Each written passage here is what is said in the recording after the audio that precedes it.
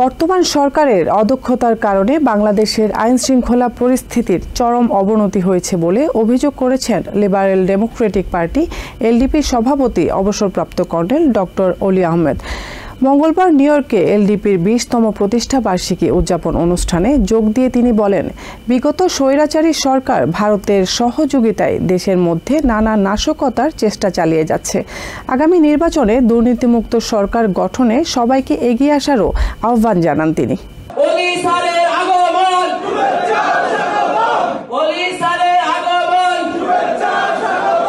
কয়েকশো নেতাকর্মীর করতালি ও স্লোগানের মধ্য দিয়ে কুইন্সের আলোচনা সভায় যোগ দেন এলডিপির প্রতিষ্ঠাতা ও সভাপতি অবসরপ্রাপ্ত কর্নেল অলি আহমদ বীর বিক্রম।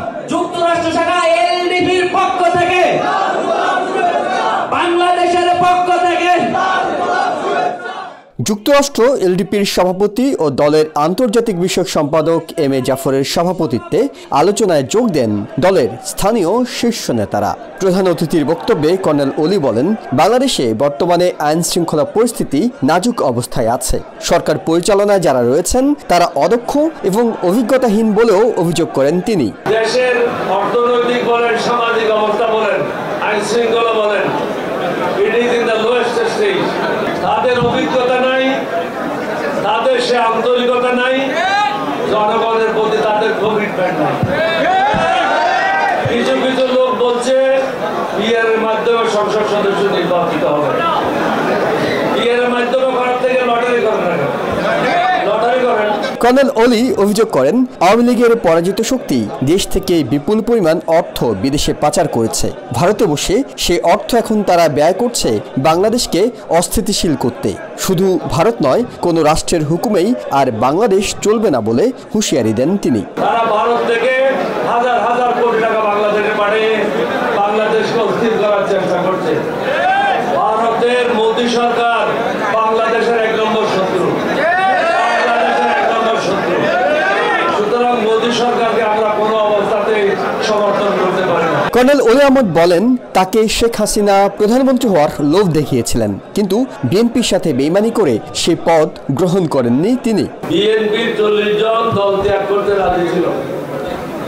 তারা আলাদা একটা গ্রুপ করতে চাইছিল, পার্লামেন্টারি গ্রুপ। এই গ্রুপের মাধ্যমে 183 জন হয়। 183 জন নিয়ে পার্লামেন্টারি গ্রুপ করে আমাকে প্রধানমন্ত্রী করতে চেয়েছিল।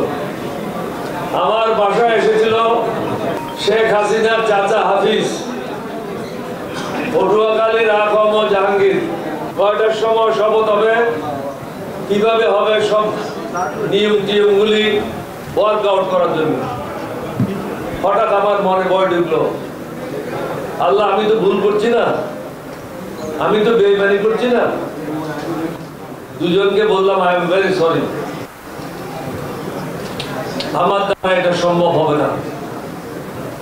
তারপর ওনারা বললো যে আপনাকে আমাদের নেত্রীর সাথে কথা বলতে হবে। I said no problem. টেলিফোনে মিলাম, ওনাকে আমি বললাম যে আপনার প্রতি আমি কৃতজ্ঞ, আপনি আমাকে প্রধানমন্ত্রীর জন্য উপযুক্ত মনে করেছেন, but I can't do it. বিগত সবগুলো সরকার বাংলাদেশে চরম দুর্নীতি করেছে, তাই আগামী দিনে মানুষ একটি দুর্নীতিমুক্ত সরকার চায় বলেও জানান তিনি।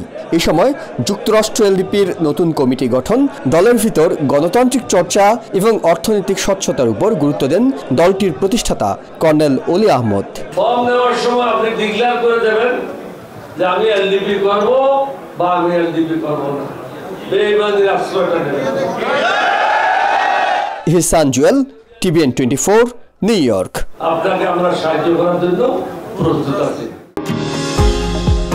নিউ ইয়র্ক থেকে সম্প্রচারিত TVN 24 টেলিভিশন বিশ্বজুড়ে বাঙালির কণ্ঠস্বর।